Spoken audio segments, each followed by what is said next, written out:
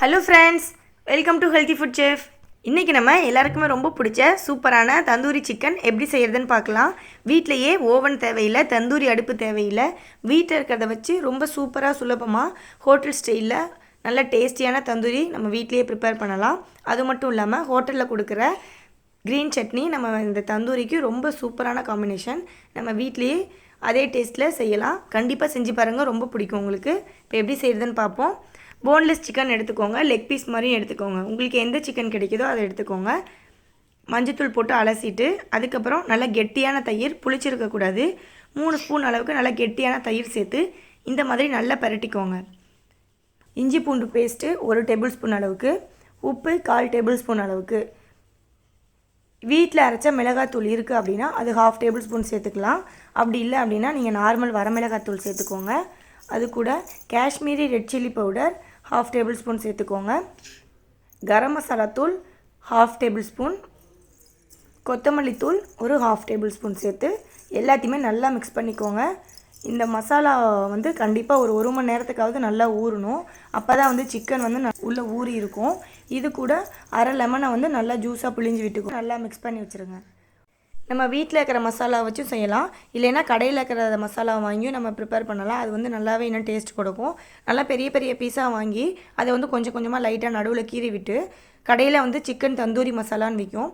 அது எல்லா நார்மல் மளிகை கடை, டிபார்ட்மெண்ட் ஸ்டோர்லேயுமே கிடைக்கும். இந்த தந்தூரி மசாலா ரொம்பவே நல்ல டேஸ்ட் கொடுக்கும், நல்ல வாசமாக இருக்கும். இதை கூட நீங்கள் பெரட்டி விட்டு அது கூட தயிரும் எலுமிச்சம்பழம் மட்டும் மிக்ஸ் பண்ணால் போதும், நல்ல டேஸ்ட்டாக இருக்கும். இந்த மசாலா கிட்டத்தட்ட 1 ஹவருக்கு நல்லா ஊறணும். ஊறின பிறகு இப்போ நம்ம போட்டு எடுத்துடலாம். இது ரொம்ப எண்ணெய் ஊற்றணும்னு அவசியம் இல்லை. அதே மாதிரி நார்மல் கடாயிலே போட்டு எடுத்துக்கலாம். இப்போ மசாலா ஃபுல்லாக இதில் ஊற்றிட்டு 2 பக்கமும் மாற்றி மாற்றி பெரட்டி விட்டுட்டே இருக்கணும்.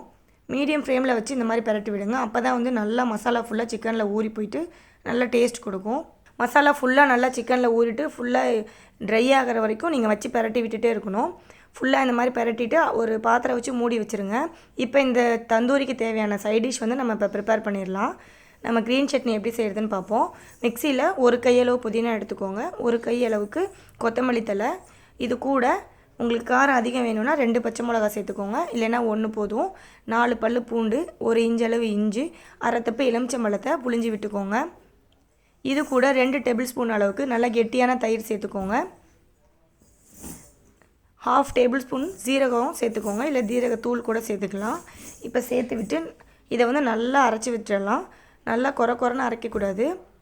இப்போ தண்ணி சேர்க்கறதுக்கு பதிலாக நம்ம தயிர் சேர்த்து இதை நல்லா அரைச்சி எடுத்துகிட்டு வந்துடலாம்.